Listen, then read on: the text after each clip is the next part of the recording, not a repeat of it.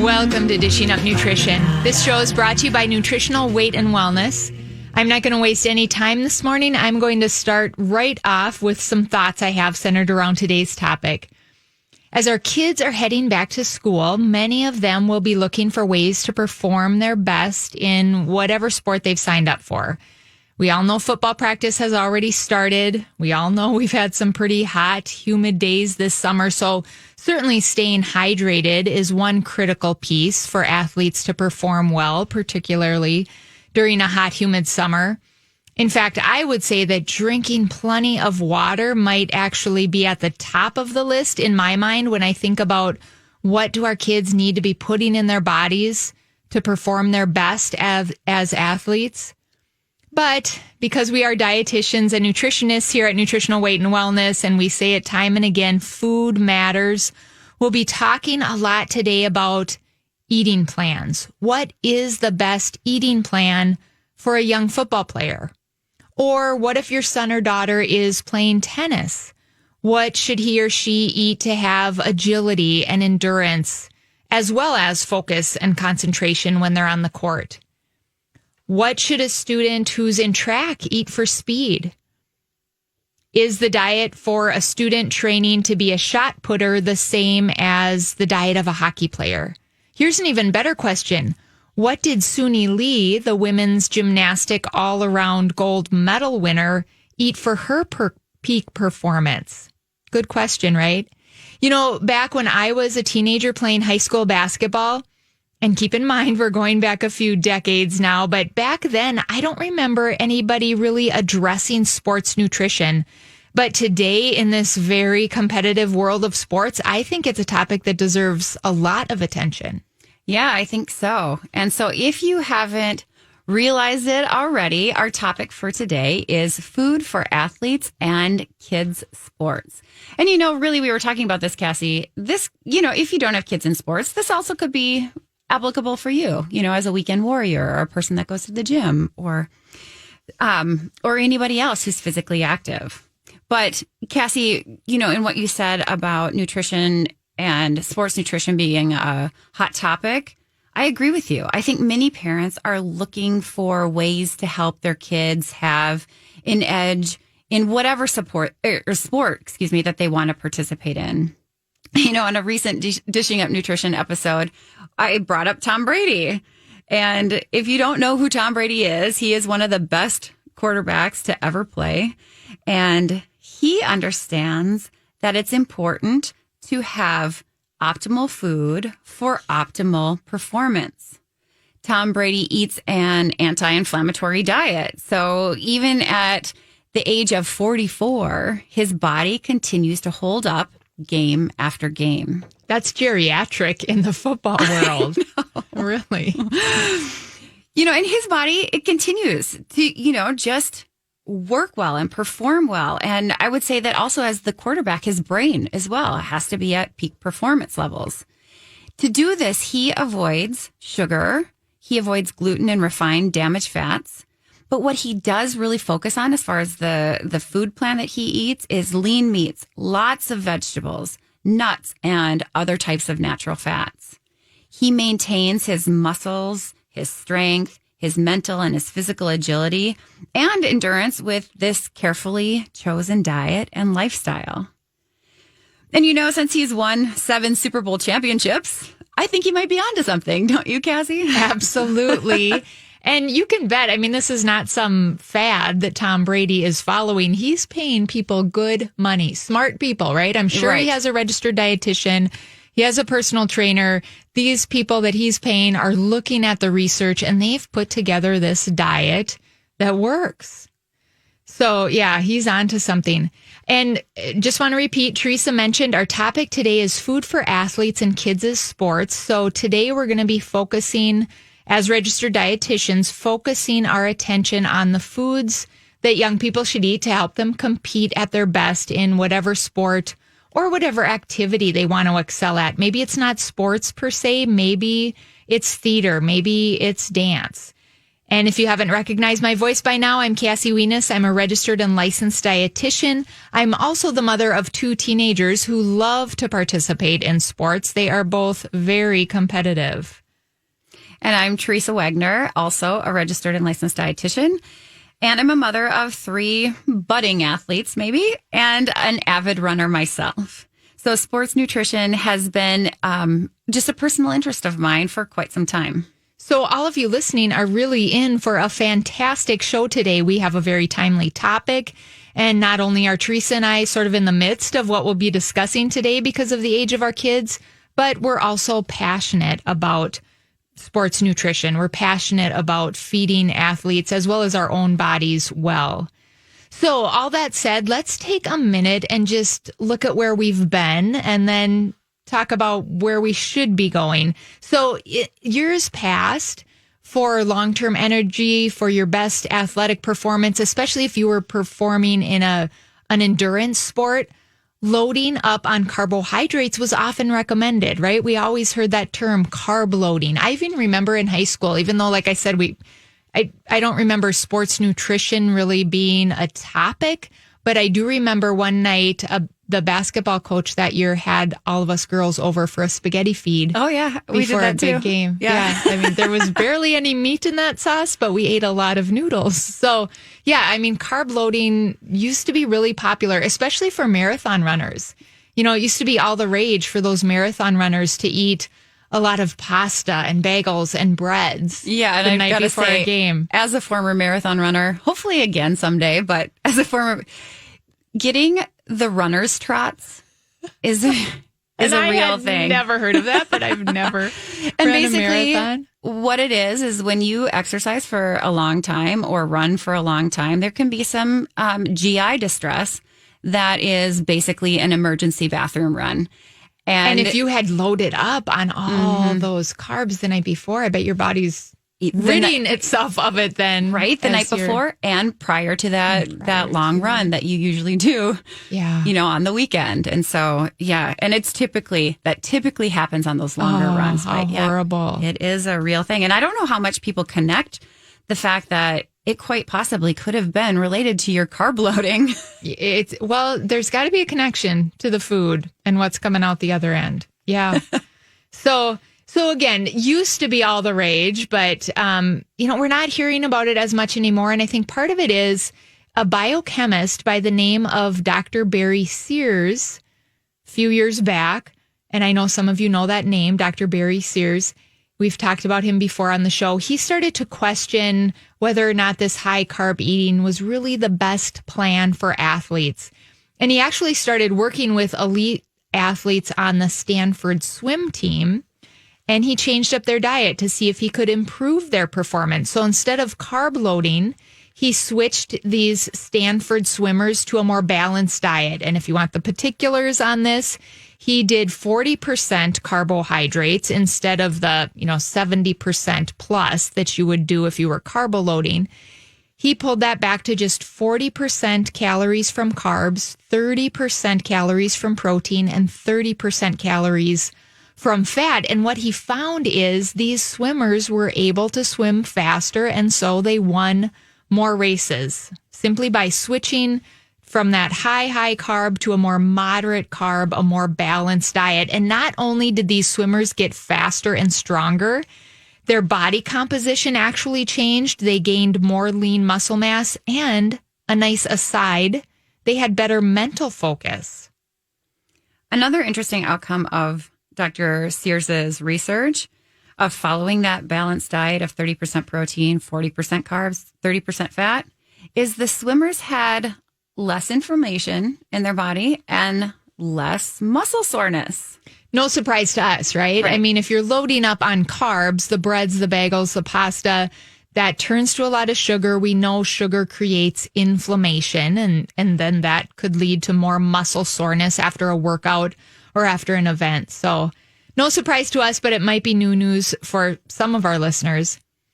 So back to this balanced meal plan that Dr. Barry Sears discovered really worked well for these elite swimmers. I would have to say if one of my teenagers came up to me today and said, "Mom, what should I eat to help me play my best and help our team win this next basketball tournament, I'd probably say, well, you know what to do because we talk about this a lot at our house. But, if you're not a registered dietitian like me and your teenager asks you a similar question, tell them balanced eating is where it's at. It's this moderate carbohydrate, plenty of good protein, plenty of good fats. And I'll give even more examples of that when we come back from this commercial break. You are listening to Dishing Up Nutrition, brought to you by Nutritional Weight and Wellness. With school upon us now, I'm asking myself, what meals can I cook that will support my family's body and their brains? For this reason, I'm always looking for fresh new ideas, so I'm taking the Cooking Brain Healthy Foods cooking class on September 29th at noon. Marianne will be back in her kitchen cooking up a storm, so I invite you to join Marianne and I via Zoom to be inspired to feed your brain and your family's brains those critical nutrients we all need for learning and memory.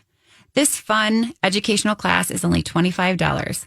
So give us a call at 651-699-3438 to sign up. Welcome back to Dishing Up Nutrition. Before Teresa and I get back to our topic of nutrition for student athletes, I have a couple of questions for our listeners. Are any of you out there struggling with pain and inflammation? Or do you have chronic digestive issues? Or maybe you're carrying around more weight than you'd like and it's like you can't get the scale to budge no matter what you do. Or are you struggling with memory problems?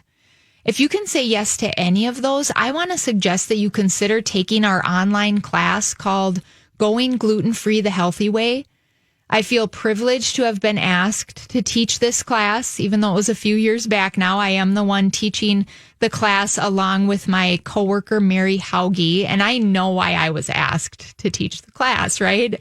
I mean, it's been, 11 or 11 and a half years now that our family has been gluten-free. That's when we found out that both of my kids have celiac disease, which is the genetic autoimmune reaction to gluten. And around that same time, 11 years ago, I found out that I have a non-celiac gluten sensitivity. So we live 100% gluten-free. Our whole house is gluten-free. I work hard to prepare delicious gluten-free meals for the whole family. So I don't just talk the talk, I live it. And that's why I was chosen to teach this class. And for a lot of people, they find relief from what is ailing them when they go gluten-free. Not everybody, but a lot of people. So if you think this might be for you, try taking the class and then, try going gluten-free for at least 4 weeks. I usually say 4 to 6 weeks, and your body will tell you whether or not that's the answer. And today through August 31st, this gluten-free class and a lot of our others that are up online are at a special price of just $10 each. So if you're interested, you can sign up online at weightandwellness.com or you can call the office at 651-699-3438. So before we went for break, I was just saying that meal plan that Dr. Barry Sears implemented for those Stanford swimmers, and he found that it helped them swim faster, win more races. That's a good general way that we should be teaching our middle school and high school athletes to eat too. So if we want to put our student athletes on more of a moderate carbohydrate versus carbohydrate loading, more of a moderate carbohydrate diet with adequate protein and adequate fat, what would that look like? And before I get into an actual real life example, I want to say, especially when I think of my son who's growing so fast and very active in sports, that protein piece is really important. And so be sure that your kids are getting in enough protein to grow and to maintain muscle mass. And if you can get protein from grass-fed animals, that would be great. And get them what they like. If they enjoy beef and chicken, load them up on that. If they'd rather eat turkey or organic eggs, those are good protein sources too. Pork, especially if you can find it from grass-fed hogs, that would be a good protein source. And when we're talking about serving sizes, for everybody's a little bit different because we're all different sizes, but I would say if you can strive for about 3 to 4 ounces of animal protein at a meal for these student athletes, and if you want a good visualization of that, if you can think of a deck of cards, that is about 3 ounces. So 3 to 4 ounces, and then have them eat that amount of protein 3 to 4 times a day. Those small doses are best because then your body can actually utilize it and turn it into muscle. If your student doesn't eat much all day and then they get home at night and eat a huge, pile of protein, whether that's hamburger, chicken, whatever, their body can't turn all of that all at once into muscle. And your body will actually turn some of that excess into sugar if you overdo it at any one meal with the protein. So that's what I wanted to say about the protein piece. Then you're going to focus on carbs. Certainly our athletes need carbs, but they all could stand to eat more vegetables. So remember that vegetables are carbohydrates. Sweet potatoes, white potatoes, if you want to give them that, carrots, Brussels sprouts, cauliflower, broccoli, if they'll eat those things, those would be carbs as well. And then certainly rice, brown rice, preferably for more nutrition. Beans would be another good carbohydrate source. We don't need to load our kids up on the gluten grains. We don't need to load them up on pasta and bread in order to give them enough carbs for energy. Just my 2 cents there. And remember what Teresa said about Tom Brady. He follows an anti-inflammatory diet, a diet that helps him perform at his best, even though he's in his 40s. And that anti-inflammatory high performance diet is made up of a lot of lean meats, a lot of vegetables, and a lot of healthy fats. And so thinking of that fat piece, I've talked about the protein, I've talked about the carbs, the fats. When I'm in my kitchen, I love to cook, but I love to keep it simple. So just thinking of what I have right now in my cupboards, I have a huge tub of coconut oil. I love to cook with coconut oil. Sometimes I use avocado oil. I use bacon grease from Organic Hogs when I have it. I don't have any on hand right now, but I love to roast my vegetables in that bacon grease. And then I use extra virgin olive oil. So think about what all of those fats have in common. They're all natural. They're all as close to their natural state as possible. And that's what you want to strive for when you are choosing your fats. And the next analogy I'm going to give, I know we've talked about this a lot on Dishing Up Nutrition before, but I think it bears repeating. When you think about your car, you fill your car with good gasoline and you give it an oil change on a regular basis and you use good, clean oil so that your car performs at its best. And it's really the best for our bodies and our kids' bodies. We need to give them the right fuel in the form of good, healthy foods to run on, and we need to give them healthy fats, just like our car needs good oil. So think of those natural fats I just mentioned as fuel or oil for your athlete to perform their best. We don't want to gum up the optimal workings of their body and their brain with those damaged bad oils. And I'm going to spell out specifically what those damaged bad oils and fats are after we come back from this next commercial break. You are listening to Dishing Up Nutrition, brought to you by Nutritional Weight and Wellness. Are you a mom of an athlete? Perhaps you're a mom of a basketball player, a skater, or a softball or baseball player. Or maybe you have a champion trap shooter in your family. Each and every athlete needs a variety of real food full of key nutrients, like Cassie has been mentioning, to keep them going and performing at their best. Each and every athlete needs their own personalized eating plan. We encourage you to make an appointment to help get your athlete on the right nutrition plan. Make a 90-minute appointment and let us help you help your athlete. Call 651-699-3438 to set up an appointment for the best time for you and your athlete. Welcome back to Dishing Up Nutrition. If you're just joining us, my name is Cassie Wienis, and I'm in studio with Teresa Wagner. We are both registered and licensed dietitians, and today's topic is food for athletes and kids' sports. And as I was preparing for this show today, I was reminded of a scenario back when my son was in middle school, and I just want to share this personal observation. It might be helpful for some. when my son, who now is going to be a sophomore in high school this year, was in middle school that very first year, and he started middle school as a fifth grader, so it's been a few years now. But I remember being really surprised to see how many of his basketball and soccer teammates needed to use inhalers.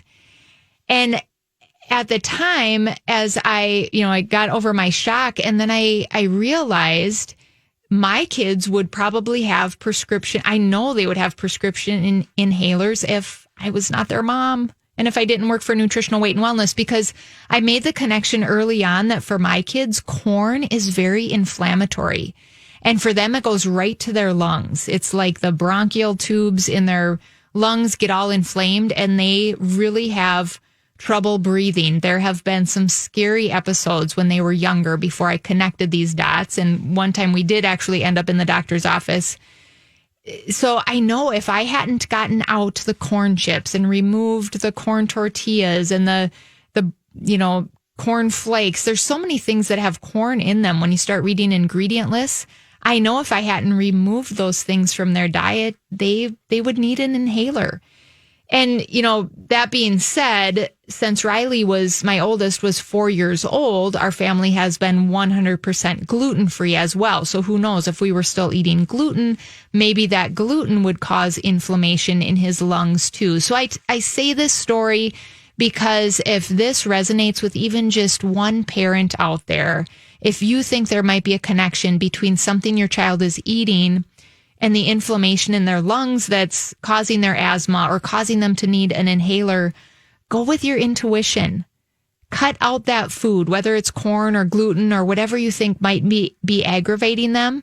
Cut out that food for 3 weeks. Do it 100% for 3 weeks, and your child's body will tell you whether or not that is a food that they should be avoiding.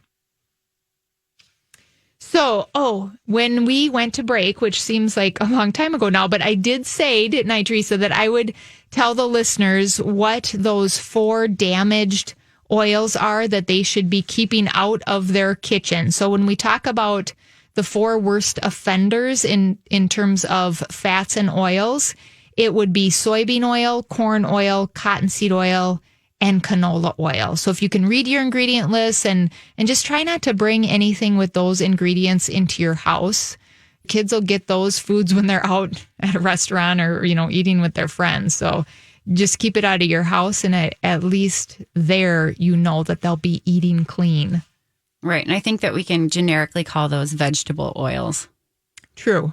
Good point. Yeah. So sometimes it's just labeled as vegetable oils. And really, the thing that I would say, just to summarize, is just the thing that is necessary for all athletes is really to just eat real food and not processed foods. I love that. I'm glad you said that. Eat real food, not processed foods. Whether you have a football player or a track star or a dancer, that's the bottom line here. I think when we throw out these numbers like Dr. Barry Sears was advocating, 40% carbs, 30% protein, 30% fat, that gets pretty confusing for the regular listener. But the bottom line here, if we can get our kids eating real food the majority of the time and not processed foods, that is where it's at. And, if you're listening and you're thinking, really, kids are so active and they burn their calories so fast, do I really have to be concerned about what they're putting in their mouth in terms of food? Well, certainly Teresa and I would answer that with a resounding yes. But right, I think a more impactful way to look at that, if any of you are having that question right now, is to look at your kids and I guess I would ask you, what are some indicators that your child, your athlete, might not be getting the right diet? And as a registered dietitian and as a mom, the first thing I would say is look at your child's energy level. If their energy is lower than it should be, if they're experiencing fatigue a lot of days of the week, then there's something off with their diet. Or if they're having trouble focusing, and school's starting, we don't want that trouble with focus. There's usually a diet connection there. Or if your child is struggling with some low moods, there's usually a food connection. So if you're seeing any of those issues with your kids, try getting them to eat more protein, get them eating healthy fats, and a lot of real carbs. Real carbs, like, I always tell my kids, it's real if we could grow it in our backyard. So, or if grandma and grandpa could raise it on their farm. So when we talk about carbs, it's things like potatoes, the brown rice, strawberries, raspberries, carrots, peas. Those are real carbohydrates. So if we were to put this concept into a meal, let's talk about what that might look like. For breakfast, you could scramble up some eggs for your child, maybe cook up some bacon to go along with that. And then instead of serving them a big bagel that is just, loaded with carbohydrates, how about you cook them up some hash browns, potatoes, right? So a real food, cook them up some hash browns in real butter. That would be a great start to their day. And we know how hungry teenagers get, right? Especially those teenage boys. So that breakfast might not be enough to hold them over until lunch, in which case you could send them off with a protein shake for a morning snack. And we have several really tasty recipes to pick from on our website at weightandwellness.com. And I want to say too, especially if you're struggling to get your student athlete to eat enough protein, the whey protein powder or the paleo protein powder that these shake recipes call for is a delicious way to sneak that in. Okay, so let's switch gears a little bit, and I want to talk about our female athletes. If you are a mom of a teenage girl who is a triathlete, a soccer player, maybe a volleyball star, the question you might ask is my daughter eating enough to have regular menstrual cycles? An indication of not having adequate nutrition is irregular menstrual cycles that often skip for months. Okay, so some moms might be asking, what does nutrition have to do with menstrual cycles? Why is nutrient deficiency a problem? What nutrients are missing that could be causing missed or irregular cycles? Well, generally speaking, it's from an overall lack of adequate nutrition, particularly enough calories or energy, usually in the forms of fats and proteins, that supplies the body the energy it needs in order to support the natural processes. The hormonal imbalance can put your daughter at a higher risk for a stress fracture, so it can affect her bone health. Then, your athlete could be out for the rest of the season. This low energy intake or food intake, irregular menstrual cycles, and low bone density is known as the female athlete triad. The female body is unable to maintain estrogen levels to support regular menstrual cycles and proper bone formation and density. So it's really important for our girls to be eating enough foods. Really important. And I wish my mom or I had known when I was a teenage athlete, not just that you need to be eating enough foods, but that low fat is not the way to go, because now we know fats are so important for bone formation. Right. And for hormones. And for regular cycles. Yeah. It just all connects. And our sex hormones are based off of, their backbone is a cholesterol backbone. So we need to have fats, particularly saturated fats, and foods that contain cholesterol for proper... To give your body the substrate to make those hormones. So, I think it goes without saying, those male teenage athletes, middle school athletes certainly need a lot of extra fuel, but so do our girls. So if you have a teenage girl that's really seeming to be limiting her calories, maybe she's doing that, to look better for the dance team, or maybe she's in ballet, or whatever the reason, it's probably time to step in. Or I've had, back when I was seeing clients for nutritional weight and wellness, I had more than one teenage boy in. Of course, the parent brought them in that was a wrestler, and they were avoiding food and water, trying to make a lower weight class. So there too, you need to step in, because this kind of behavior in the male or the female athletes can lead oftentimes to eating disorders.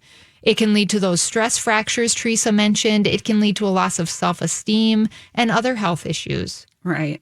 And as parents, I think we typically know what is best for our children and young adults, and we try to feed them well. but they don't always listen to us.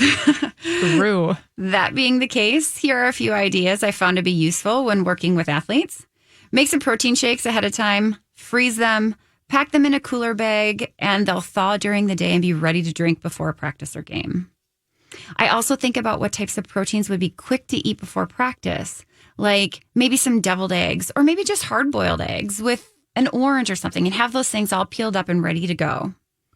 Stock up on foods that are easy to just throw in a bag and go, like beef or turkey sticks, nitrate-free jerky, natural pepperonis, 100% grass-fed summer sausage, pumpkin seeds, nuts, olives, cheese sticks, those individual guacamole packs, those peanut butter packs. I like the RX brand because it's got the added protein from the egg white. RX bars actually work really well. Cuties, those little oranges that are easy to peel. Apples, bananas, grapes, carrots, snap peas, cherry tomatoes, celery sticks, whatever your kids like. And then I would suggest when you know the things that your kids like, make a list of it so you don't always trying to come up with new ideas. You just refer to the list and buy those things. And then put them in a place where your kids know where they are so they can pack their own snacks before their practices and things. Because as parents, we need to teach our kids food skills and we need to give them responsibility. So we always want to have that grab and go energy at our fingertips. Otherwise, the other types of foods are readily available and very tempting. Drop the mic. I love all of that. I love all your ideas. And I love that you said, we need to give our kids food skills and responsibility. Yes. This might seem overwhelming, all that Teresa and I are talking about in terms of feeding our kids real food. But at a pretty young age, the kids can start stepping in and helping. And then when they get to be my kids' ages, if you've modeled it well and you've put the healthy foods in the refrigerator and in the cupboards, they really can do it themselves. I'm thinking now of Riley this summer. This was the first year he got, because of his age, the early morning basketball camp time. So all summer long, he had to be at the gym by 6:30 for 6:45 basketball camp. And so I put him in charge of his own food. I'm not getting up any extra early, earlier than I have to. So he would get up and make a good, healthy snack to get him through practice. And then he'd come home by 9:00 and make his own breakfast. So his snack, for example, actually, maybe we should go to break and I'll tell you what he would pack for his own morning snack when we get back. So you are listening to Dishing Up Nutrition. For those of you out there listening and thinking, well, I don't have athletes to worry about. I just need to get myself on track. Maybe you are tired of dieting to try to lose weight and have decided to focus on getting healthy and strong. For those people, I would suggest taking the Nutrition for Weight Loss program. This program includes 12 weekly education classes and 3 one-hour nutrition appointments with a dietitian or nutritionist. Throughout the 12 weeks, you will receive the education and support to make the habit changes you need to be successful. Remember the saying, slow and steady wins the race? The race to wellness takes time, but with education and support, the race can be won. Start the Nutrition for Weight Loss program this September and be ready to feel good about yourself this holiday season. Call our office at 651-699-3438 to ask your questions and get them answered. Welcome back to Dishing Up Nutrition. Before we run out of on-air time, I just want to say that all of us at Nutritional Weight and Wellness understand that the past year and a half have been challenging for a lot of people. Maybe you were one of the countless people who gained weight as you were confined to your home during the pandemic. Maybe you turned to sugar for comfort. I remember an acquaintance of mine confessing that she started buying and eating those little mini powdered sugar donuts when COVID-19 first hit and we were all working from home. And she said something to me like, I never would have eaten those in the past. So was she turning to those for comfort? I'm not sure. Or maybe some of our listeners started having a big bowl of ice cream as a bedtime snack. Or maybe you started having a glass of warm milk and cookies at bedtime, probably telling yourself it would help you fall asleep. But we all know the real story, don't we? All of that sugar doesn't help with sleep. It disrupts sleep. And I know for many, it wasn't the sugary treats they turned to during the uncertain times of the pandemic. It was the alcohol, a glass or two of wine or a bottle or two of beer. When this starts happening on a nightly basis, it will bring on unwanted weight gain, high blood sugars, and alcohol in the evening most often leads to a poor night's sleep. So all that said, at Nutritional Weight and Wellness, we realize that for most people, if not all people, they need support to break bad habits. At Nutritional Weight and Wellness, we don't judge, we listen, and we educate and we support. Like my boss likes to say, when you know better, you do better. So if you're interested in getting the knowledge and the support you need to do better, call us at 651-699-3438 and set up an appointment with one of our registered dietitians or licensed nutritionists. And as we were going to break, if you remember, I was just about to tell you what my 15-year-old was packing for his own morning snack as he had to leave the house early for those early morning basketball practices or basketball camp. So he would get up. I mean, he'd change it up sometimes, but the one that I remember is he loves the Applegate nitrate-free deli ham. So he'll take several slices of that and he'll put cream cheese. We use a dairy-free cream cheese at our house because we just don't do well with dairy. But if you do okay with dairy, do the plain full-fat cream cheese. So Riley would put cream cheese on each of those slices, roll them up, and make those deli meat roll-ups. And then I always have some type of fresh fruit, usually several types of fresh fruit ready to grab and go in the fridge. So oftentimes he would grab some grapes, put those in a baggie. So he had that magic number 3. The ham was his protein, the cream cheese his fat, and the grapes his carbohydrate. And we'd be out the door. And then when he'd get home around 9:30 it was usually around 9:30 when he'd get back. Then he would make himself breakfast. And one of his favorite breakfasts is to cook up some organic Applegate sausage links. And then he'll take an apple, slice it thin, put sun butter on each slice. And then he's got his carb and his healthy fat there too. So get your kids involved. Teach them how to cook. And you might find that they really enjoy it. I know Riley likes making his own food because he can, make it a little bit bigger than mom might, depending on his appetite. He knows what he needs, and it's good for their self-esteem too. Yes, true. To be independent. Yep, exactly. I agree, and believe me, Teresa and I both know there's never enough time between school and practice. And we have school starting up here soon. At least our district starts here after Labor Day. But an athlete especially needs food after that long day of school. So here's another practical idea that you could pack for your child or they could pack for themselves. Something I like to do on a weekend is throw a pack of, I'll get a 12-pack of organic chicken legs, throw that in the crock pot, pour a half a cup to a cup of your favorite salad dressing over the top, and cook that on low for 6 to 8 hours. And then you have these grab and go chicken legs.